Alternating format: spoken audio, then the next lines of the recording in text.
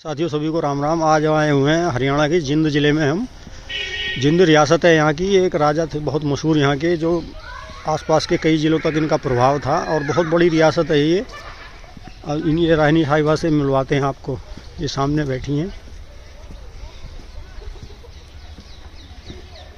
ये इनका पुश्तैनी हवेली है।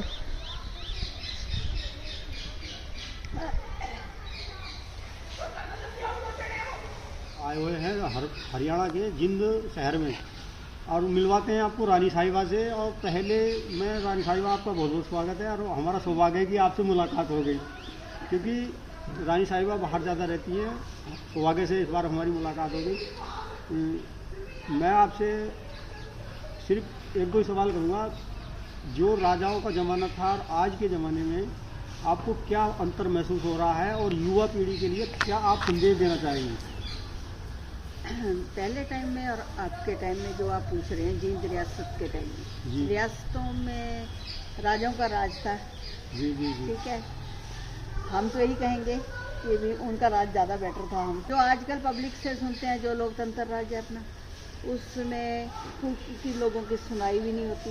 राजा और किसी को राजाओं को रिश्वत भी नहीं देना पड़ता था। जी जी। राजा ने जो डिसीजन करना है ईमानदारी से करना था। जी जी। ठीक है, आज हर बंदा रिश्वत के चक्कर में खड़ा रहता है। जो कोई पैसा देगा तो उसका फैसला होएगा, नहीं होता नहीं। सही बात है। बहुत प्रॉब्लम्स हैं आपके। और जो हमारे बुजुर्गों ने जो करा, जो हमने सुना, तो उसमें से हमें हमारी रियासत के बारे में मैं बताती हूँ।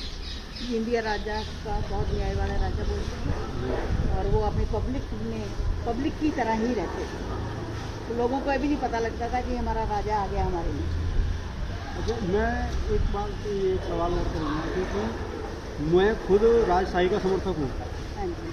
क्योंकि नेपाल में ऑल वर्ल्ड में केवल नेपाल देश ही ऐसा बचा था जहाँ राजशाही थी, और जो ये राजनीति ने इतना गंदा गेम खेला कि वहाँ की राजशाही ख़त्म कर दी। और उसमें जहाँ तक मुझे जानकारी हुई, CIA का हाथ है उसमें, और चीन का, पाकिस्तान का, और वो राज परिवार इस तरीके से ख़त्म करा है कि हम गवर्नमेंट के खिलाफ नहीं है। हम ये कहते हैं राजे महाराजों को ख़त्म तो करा। एक बार तो हमें रोड पे लिया दिया था। जो पॉलिटिक्स में थे या पावरफुल राजा थे, वो तो अपनी प्रॉपर्टीज बचा गए जी। और जो नॉर्मल थे, राजनीति में नहीं गए, उनकी प्रॉपर्टीज ली गई।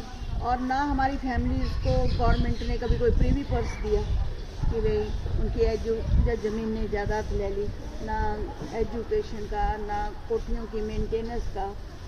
मतलब उसके बाद हम तंगी हुए। हाँ। अच्छा, अपनी प्रॉपर्टीज छुड़वाने के लिए हमें बहुत वो करना पड़ा, लंबा संघर्ष करना पड़ा। और भी पूरी कंप्लीट नहीं आई है।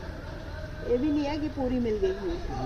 तो गवर्नमेंट ने मैं जींद में रहती हूँ, शायद SPDC को भी ना पता होए कि रानी इंद्रजीत कौन है। जी जी। शायद क्योंकि हमारी पहचान खत्म हो रही है। इसमें ये राजनीति का हाथ बहुत बड़ा है इसमें। अगर मैं MLA होती यहाँ की, तो मेरे को सारे जानते कि ये रानी इंद्रजीत है। जी जी। तो जो आप घर में सिंपल राजे बैठे हो ना, तो आपके बारे में पब्लिक में कुछ नहीं पता। बाकी मैं तो मिलनसार हूँ, सबसे मिलती हूँ।